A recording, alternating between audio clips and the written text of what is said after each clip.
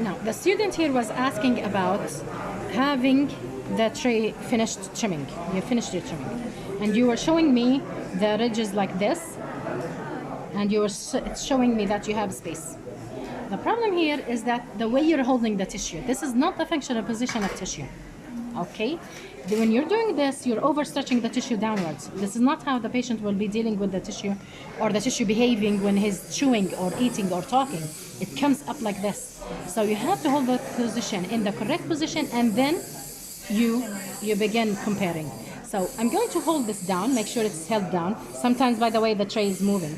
So you have to hold it down and then raise the tissue up. So look, if you see closely that the labial frenum, I don't have a space. There's no V shape opposite to the labial frenum here. We have a prominent labial frenum. So you have to open a V shape opposite to it, okay? Secondly, the sulcus. Notice that I'm moving each time I'm moving my finger a bit, because each area has a movement by its own. So in the frenum, I hold the lip in the middle. So I'm holding it and seeing. I don't have space for the frenum. I'm holding it now here. I'm in the labial flange, anterior labial flange. And I'm raising the tissue and looking. Do I have enough space? Yes. See, I have space. Now I'm moving to the buccal frenum.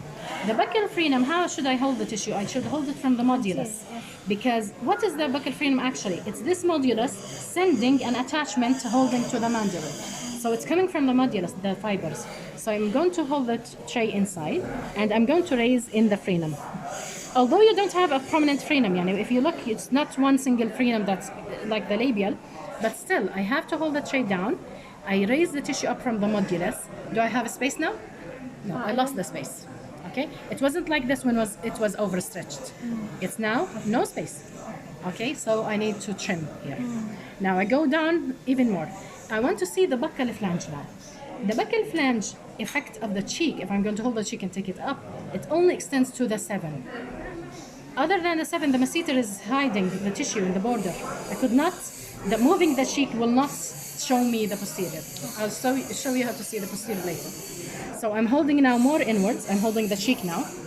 I'm moving the tissue up, holding the tray in place and looking. Do I have a space now?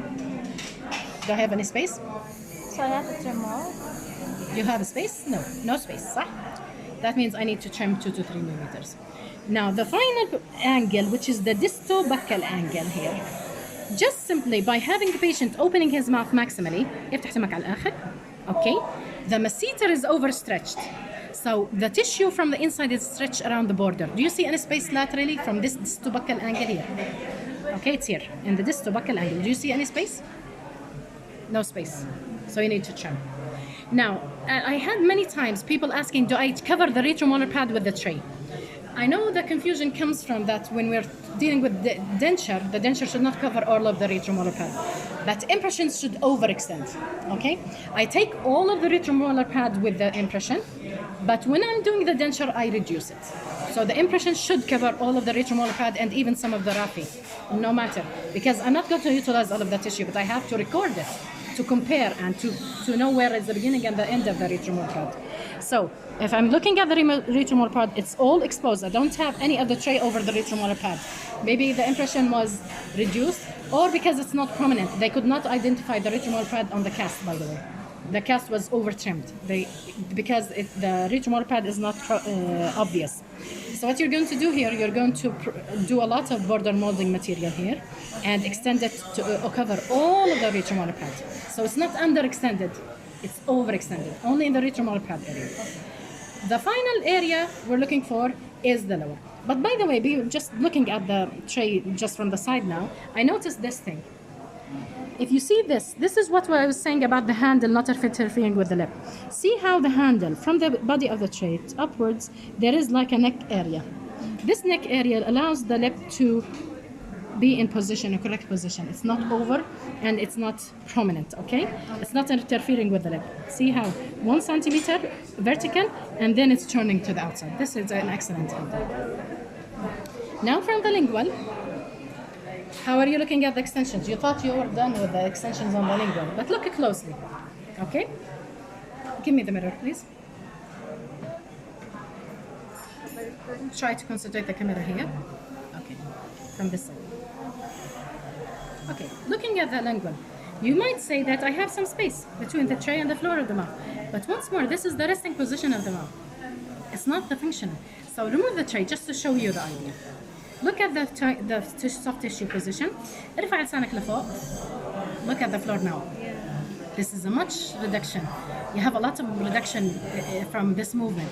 So the functional position, it's also not overstretching. Don't take the tongue out. Just touching the upper, okay? And look at the floor of the mouth. The mylohyoid raised. So this is what I have as a flange. So do you have all of this flange there? No. So ارفع لسانك مرة ثانية. So the floor of the mouth is shallow, shallow, shallow, and suddenly it goes deep where? In the retromolar pad area. So what should I have is a shallow flange here and then a deep areas here. Okay? I will keep it. Yes, keep them. So as we said in the upper, I was talking about the upper impression, that these areas don't trim them away. Leave them extended. We molded them, and then we recheck them with our fingers later. Okay? So the trimming will all happen from 7 to 7. So I'm raising the tissue. I'm putting it now in. So how do I look at it? ارفع لسانك شوي لفوق. مش كتير بس شوي. See, I lost all of the space. And even if I leave the tray, by the way, it went out. So it's not overextended, it's more than overextended. It's interfering with the tissue. So what you're going to do, you're going to trim. The only case we don't trim a lot if we have a reserved ridge that it's with the level of the floor of the mouth. We don't overextend it, we don't underextend it because the tray will be very thin. Some patients don't have any ridge over the area of the floor of the mouth. Yeah, on the side of the they don't have slopes of bone there. So there we will go to the admax technique. Okay, it's a different technique. Class 1 ridge. Not class 1, it's 5. A class 5 ridge. Most resort 5, and sometimes 6. For those cases, we go for the admax technique. Okay, where we have to change even the tray. It's not like this. Okay, we have to change them in the admax technique, and we do a different procedure. So the idea is that I'm going to put it here. I'm going to trim because it is overextended, and once I finish, I could see I need just enough space. 1 millimeter would be okay. This patient has a reserved ridge for anteriorly. I might just overextend by 1 millimeter and see his tolerance later on, if he can tolerate that overextension. Otherwise, I have to remove it.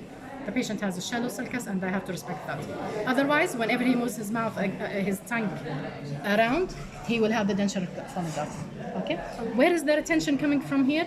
Most of the retention comes from the posterior. So if ارفع لسانك خفيف, this is the retromolar pad, I'm going downwards, and I'm having my finger going down. لسانك برضو لفوق. I want to the functional position. Look how much my finger sank into the position.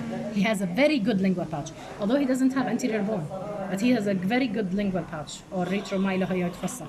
So that means I could utilize it as much as possible. I'm going to put a lot of compound border molding material here and border molding it very well, making it warm, make sure the base of the tongue is not moving it around, pushing it with my finger and then releasing all the pressures and let the tongue mold it to utilize that beautiful area. So although he has a reserved ridge here, he has a good retromolar pad, retromylohyoid fossa that we could utilize in the lingual pouch. Okay?